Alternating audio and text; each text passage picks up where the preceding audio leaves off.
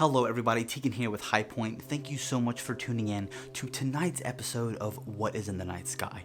It is the first month of the year 2025, so of course, like always, we're going to take a beautiful tour through the night sky in the month of January. We're going to be visiting several deep sky objects, and we're going to see what our solar system and our moon is up to. So as always, let's buckle in and see what's really out there.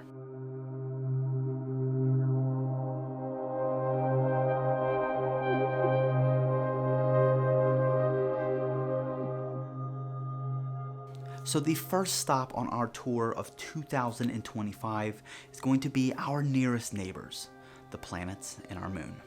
The evening twilight sky continues to be dominated by Venus, which reaches greatest elongation from the sun on the 9th.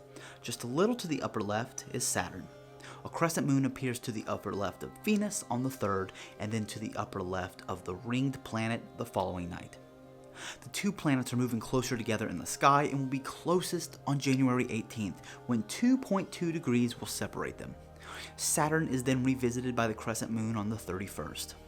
Neptune remains visible for a short time in the evening during the first half of the month, and Uranus, still close to the Pleiades and Taurus, is well placed for observation throughout much of the night.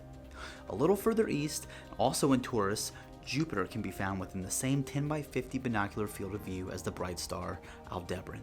A waxing gibbous moon hangs close by on the 10th. January, though, really belongs to Mars, which reaches opposition this month. We'll talk more about this later. This leaves Mercury alone in the pre-dawn twilight. Look for it about 30 minutes before sunrise, low over the southeastern horizon. So I briefly mentioned that Mars is going to be a spectacle this month. It's going to reach greatest elongation, but it will also be occulted by the moon. Let's talk a bit more in detail about Mars. Unlike Jupiter and Saturn, Mars only reaches opposition every 2 years or so, with the last opposition occurring in December of 2022. At that time, the planet could be found in the constellation of Taurus, and it was at a magnitude of -1.9. This year, it will be slightly less bright, but at a magnitude -1.4, so it will still dominate the night sky as a beautiful coppery red planet. This year, opposition occurs on January 15th in the constellation Gemini, close to the bright stars Castor and Pollux. Be sure to step outside on the 13th, when you'll have a rare opportunity to see the moon pass in front of the planet. The exact circumstances will vary depending on your location, but those in the East Coast can expect to see Mars disappear between 9 and 9:30 p.m. Those on the West Coast will witness the event between 5:45 and 6:30 p.m. Again, depending on your location, you'll see the planet reappear somewhere between 35 minutes to an hour after it first passes behind the moon. So while you're taking a look at Mars this month, we urge you to also take a look at the star Castor. With a magnification of around 70 times, you will split Castor into two brilliant white stars of equal brightness. In all, there are 6 stars here, but only 2 can be resolved with amateur equipment.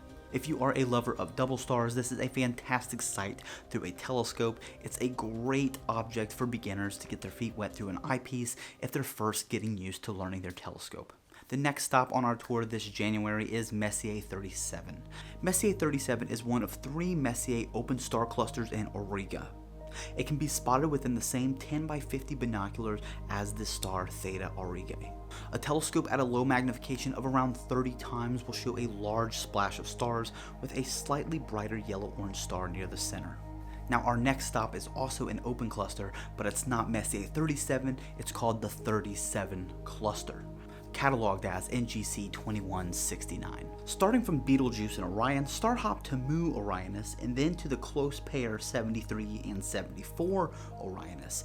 About 2 degrees northwest of this pair is NGC 2169, a tiny group of stars that look like the number 37 with a low power magnification. Now this is one that I have observed personally, and unlike many other deep sky objects out there, this cluster actually looks like what its name is, a 37. Now speaking of double stars and Castor, we're going to move on to Gamma Leporis, a beautiful winter double star. Gamma Leporis can be found nearly 13 degrees south of Rigel. This is a pretty pair, easily split around 35 times magnification, and it shows a creamy primary star that's about twice as bright as its coppery companion. Now, most of this tour has consisted of either star clusters or double stars, and of course our nearest neighbors. Now we're going to move on to the most iconic nebula in the northern hemisphere.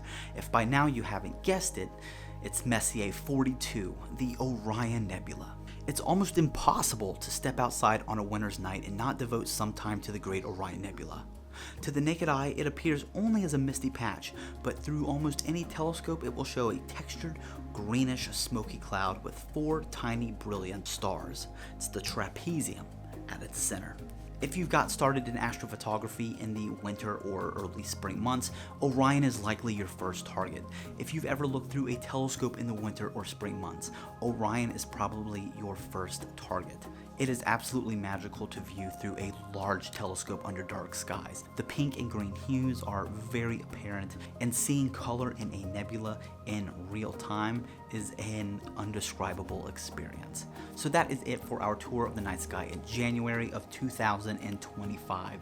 Again, my name is Teagan. If you've ever had a chance to view or photograph any of these objects, let us know in the comments. We always love to hear from you. With that being said, thank you so much for tuning in, and clear skies.